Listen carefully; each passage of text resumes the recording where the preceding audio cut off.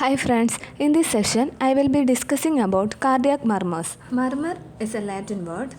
A heart murmur is defined as a prolonged series of audible signals or vibrations of varying intensity, means loudness, frequency, that means pitch, and of varying configuration and of varying duration.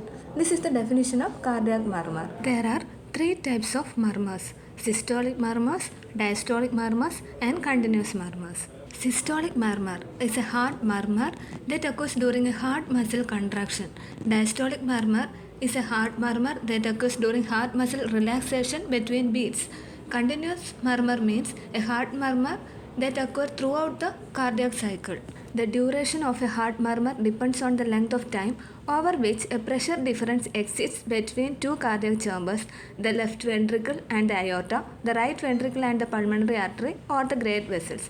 The diastolic murmur of chronic aortic regurgitation is a blowing high frequency event, whereas the murmur of mitral stenosis, indicative of the left atrial left ventricular diastolic pressure gradient, is a low frequency event heard as a rumbling sound with the bell of the stethoscope.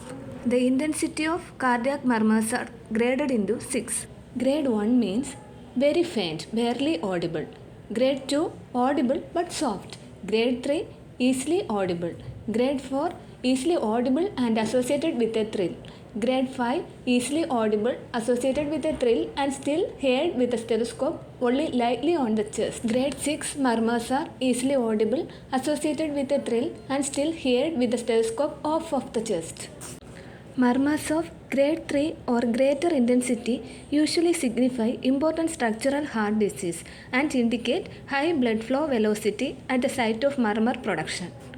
The intensity of a heart murmur may be diminished by any process that increases the distance between the intracardiac source and the stethoscope on the chest wall, such as obesity, obstructive lung disease, or a large pericardial effusion. The intensity of a murmur also may be misleadingly soft when cardiac output is reduced significantly or when the pressure gradient between involved cardiac structures is low. Recognition of the location and radiation of the murmur helps facilitate its accurate identification. Systolic murmurs can be early, mid, late or hollow systolic in timing. It is also known as physiological murmur because it occurs in the absence of cardiac structural abnormalities. Innocent murmurs are harmless sounds that is associated with anemia. Systolic murmurs has mid-systolic peaking. Its grade is less than 3/6. Early systolic murmurs begin with S1 and extend for a variable period ending well before S2. Ejection systolic murmur starts after S1 and ends with S2. It is crescendo-decrescendo type high-pitched murmur heard with diaphragm of Steth. The obstructive form of hypertrophic cardiomyopathy is associated with a mid-systolic murmur that is usually loudest along the left sternal border or between the left lower sternal border and the apex. Pansystolic murmur starts at first heart sound and ends at second heart sound. It occurs across AV valves or ventricular defects. Diastolic murmurs always signify structural heart disease. The murmur associated with acute severe aortic regurgitation is relatively soft and of short duration because of the rapid rise in LV diastolic pressure and the progressive diminution of the aortic LV diastolic pressure gradient. The mid-diastolic murmurs are usually caused by mitral stenosis.